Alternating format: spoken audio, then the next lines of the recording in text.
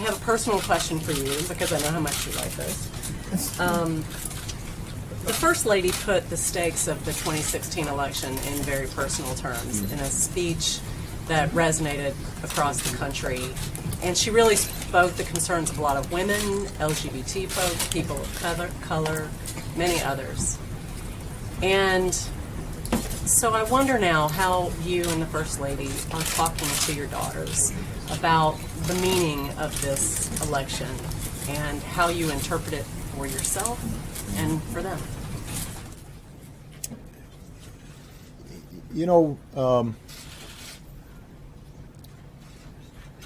every parent brags on their daughters or their sons.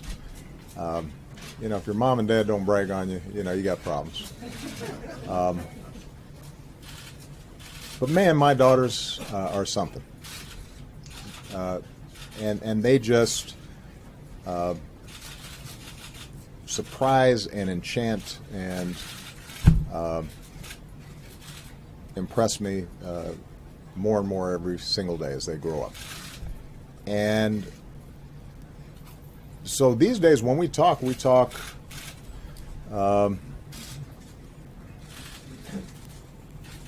as parent to child, but also we learn from them.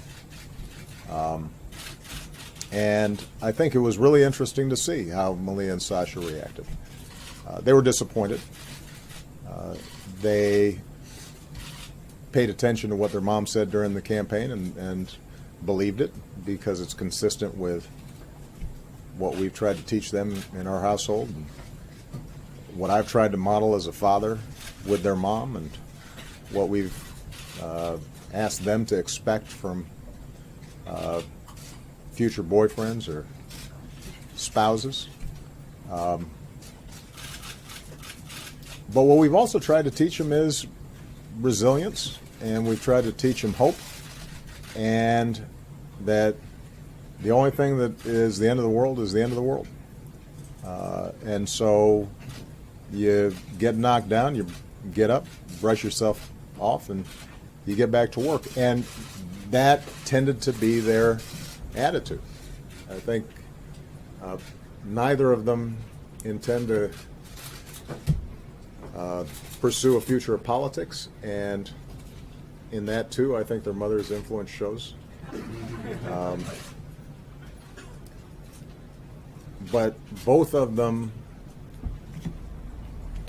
have grown up in an environment where I think they could not help but be patriotic, to love this country deeply, to see that it's flawed, but see that they have responsibilities to fix it, and that they need to be active citizens, and they have to be in a position to talk to their friends and their teachers and their future coworkers in ways that try to shed some light as opposed to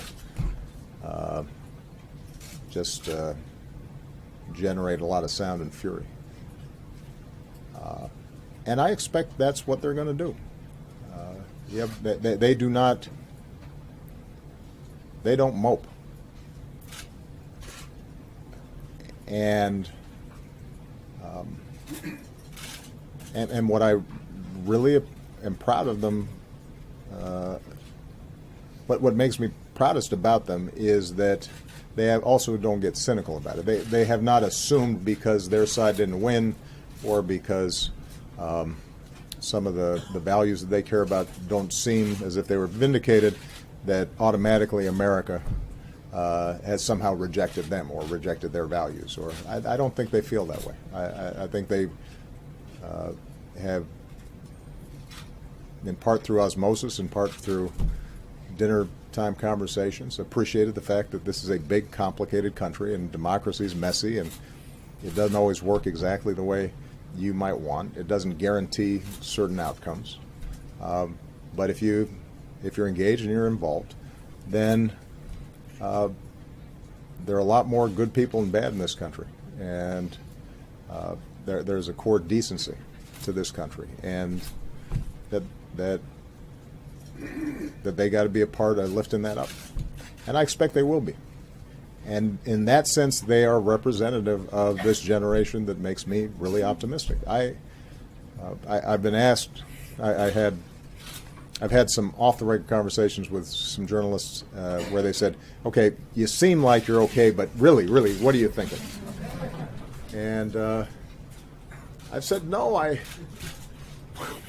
what I'm saying really is what I think. I believe in this country. I believe in the American people. I believe that people are more good than bad. I believe tragic things happen. I think there's evil in the world. But I think that at the end of the day, if we work hard and if we're true to those things in us that feel true and feel right, that the world gets a little better each time. That's what this presidency has tried to be about. And I see that in the young people I've worked with. I couldn't be prouder of them. And so this is not just a matter of no drama Obama. This is what I really believe. It is true that behind closed doors I curse more than I do publicly. And sometimes I get mad and frustrated like everybody else does. But at my core, I think we're going to be okay. We just have to fight for it. We have to work for it and not take it for granted.